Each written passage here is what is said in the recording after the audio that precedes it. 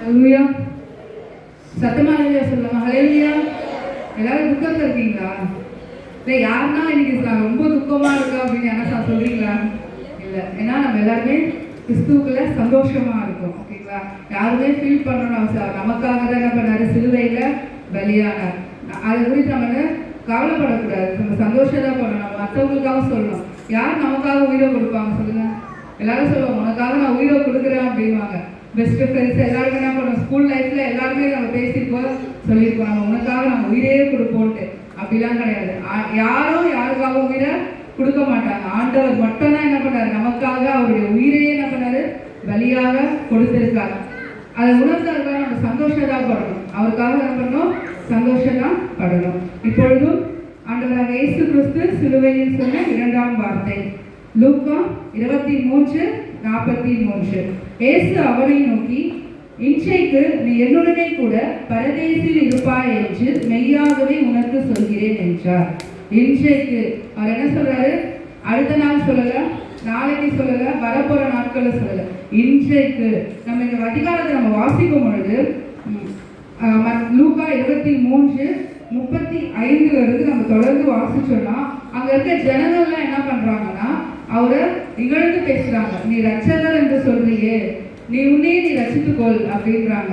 அவரை வந்து நீ தான் யூதருக்கு ராஜான்னு சொல்றல, ராஜானா நீ ஏந்து வா, நீ இறங்கி உன்னையே நீ ரட்சித்துக்கோ அப்படின்னு சொல்லிட்டு அங்க இருக்க எல்லா போர் செய்தவர்களோ ஜனங்களோ வழியில போற வர ஒவ்வொருத்தரும் என்ன பண்றாங்க? அவரை பார்த்து பரியாசம் பண்ணுகிறார்கள், இகழ்ந்து பேசுகிறார்கள். அந்த சூழ்நிலையில சிலுவையில் அறையப்பட்ட 2 பேர் அவர் கூட என்ன பண்றாங்க? சிலுவையில் எத்தனை பேர் அறையப்படுறாங்க? 2 பேர். அவங்க வந்து பாவிகள். அதாவது பார்த்தீங்கன்னா மத்தேயு, மார்க்கு, லூக்கா அந்த 3 அதிகாரமே ஒரு நோக்கு சுவிசேஷங்கள். அந்த ஒரு நோக்கு சுவிசேஷங்கள் பார்த்தா ஒரே நோக்கமா இருக்கும். இயேசு கிறிஸ்துவோட ஃபுல் வரலாறையும் வந்து சொல்ற ஒரு 3 சுவிசேஷங்கள் இருக்கு. இதுல மத்தேயு எழுதும் போது என்ன சொல்றாருன்னா, மத்தேயு 27:38 நம்ம வாசிச்சோம்னா 2 கள்ளர்கள் அப்படின்னு சொல்றாரு. 2 கள்ளர்கள். மார்க்கும் அதே தான் சொல்றாரு. 15வது அதிகாரத்துல 27வது வசனத்துல அவர் வாசிக்கும் பொழுது 2 கள்ளர்களின் நடுவே என்ன பண்ணாரு? அறையப்பட்டார் அப்படின்னு. ஆனா லூக்கா என்ன பண்றாருன்னா இன்னும் தீர விசாரிச்சு எழுதுறாரு, அவங்க கள்ளர்களா இல்ல குற்றவாளிகளா அப்படின்னு சொல்லிட்டு. அவர் எழுதும் போது லூக்கா 39வது வசனத்துல வாசிச்சோம்னா, அன்றையும் சிலுவையில் அறையப்பட்டிருந்த குற்றவாளிகளில் ஒருவன், நீ கிறிஸ்துவானால் உன்னையும் எங்களையும் ரட்சித்துக்கொள் என்று அவரை இகழ்ந்தான். அப்போ குற்றவாளிகள். இப்ப கள்ளர்கள் போது திருடர்கள் மட்டும் தான் நம்ம கள்ளர்கள் சொல்லுவோம். குற்றவாளிகள்னா எல்லா பாவங்களையும் செய்கிறவங்க நம்ம என்ன சொல்லுவோம்? குற்றவாளிகள். அவர் வந்து கள்ளர்களின் மத்தியில வந்து சிலுவையில தொங்கல, அநேக குற்றங்களை செய்த பாவங்களை செய்த 2 பேர் மத்தியில் என்ன பண்றாரு?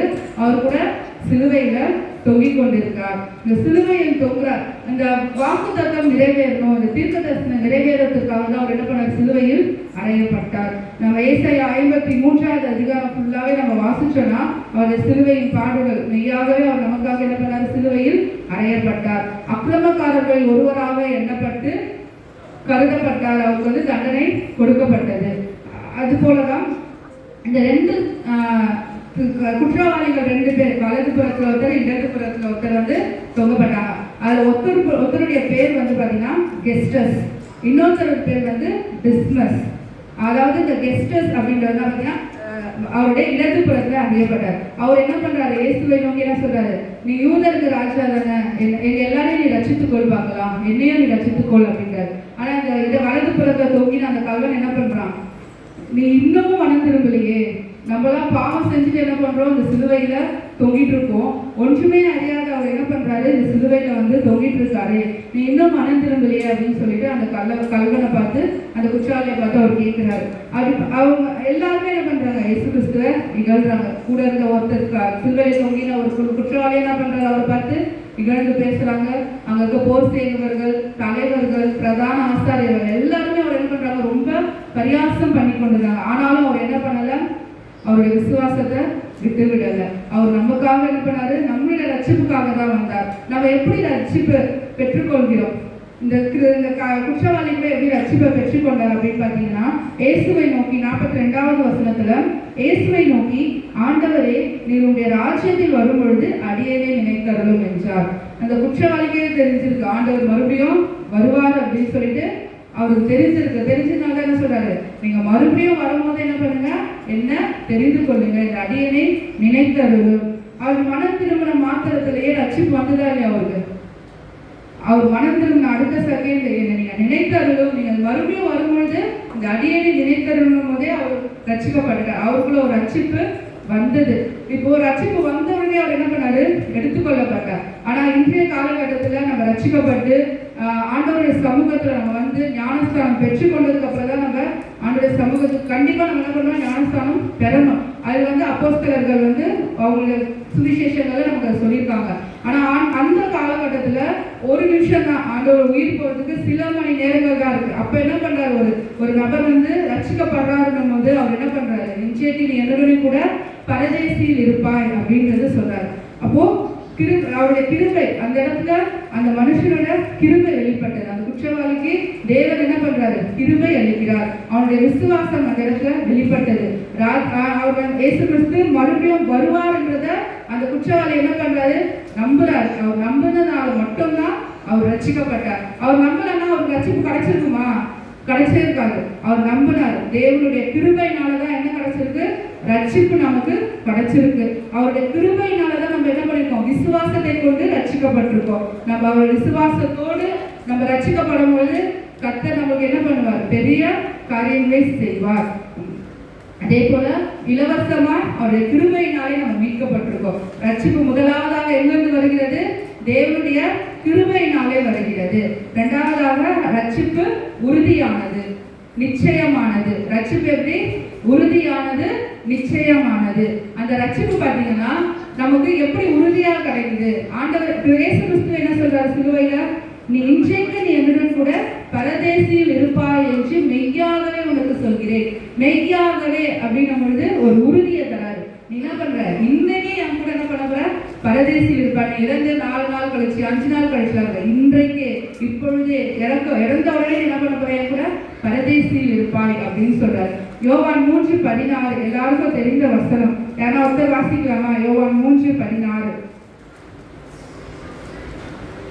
தேவன் தம்முடைய ஒரே பேரான குமாரனை விசுவாசிக்கிறவன் எவனோ அவன் கெட்டு போகாமல் நித்திய ஜீவனை அடையும்படிக்கு அவரை தந்தருளி இவ்வளவாய் உலகத்தில் அன்பு கூர்ந்தார். அவர் விசுவாசிக்கிறவர்களுக்கு நித்திய ஜீவன் வரணும். அந்த நித்திய ஜீவன் வரத்துக்காக தான் என்ன பண்றாரு, அவரையே தந்தருளினார். அதே போல ரட்சிப்பு வந்து உடனே பெற்றுக்கொள்வது. நம்ம மனம் திரும்புதலே ரட்சிப்புக்கு சமமானது. நம்ம ரட்சிப்பு வந்து உடனே நம்ம பெற்றுக்கொள்ளக்கூடியது. சகைவு பார்த்தீங்கன்னா என்ன சொல்றாரு, இயேசு கிறிஸ்து வீட்டுக்கு வந்த உடனே என்ன பண்றாரு, அவரு மாறிடுறாரு. நான் என் வீட்டில் இருக்க எல்லாத்தையும் நான் கொடுத்துடுறேன். நான் யார்கிட்டலாம் வந்து அதிகமாக வட்டி வாங்கணும் அவங்க 4 தனியாக திருப்பி கொடுத்து. அப்போ அந்த வீட்டில் என்ன வந்தது, சகைவுக்குள்ள ஒரு ரட்சிப்பு வந்தது. அதே போல ரட்சிப்பு வந்து நம்ம பொறுத்திருந்து பெற்றுக்கொள்வது கிடையாது. நம்ம மனம் திரும்பின உடனே ரட்சிக்கப்பட்டிருக்கிறோம். அதே போல ரட்சிப்பு பற்றி பார்த்தீங்கன்னா கிறிஸ்துவையே மையமாக கொண்டது. இந்த ரட்சிப்பு வந்து பார்த்தீங்கன்னா கிறிஸ்து தான். நம்ம மையமே யாரு, கிறிஸ்து. அவர் இருந்தால் மட்டும்தான் நம்மளால முழுமையா அவரை ஏற்றுக்கொண்டு ரட்சிக்கப்பட முடியும். அதே போல மகிமையானது. கடைசியாக ரட்சிப்பு வந்து மகிமையானது. மகிமையான காரியங்களை செய்ய நாம் கிறிஸ்துவுக்குள்ளாக என்னப்பட்டிருக்கோம், ரட்சிக்கப்பட்டிருக்கோம்.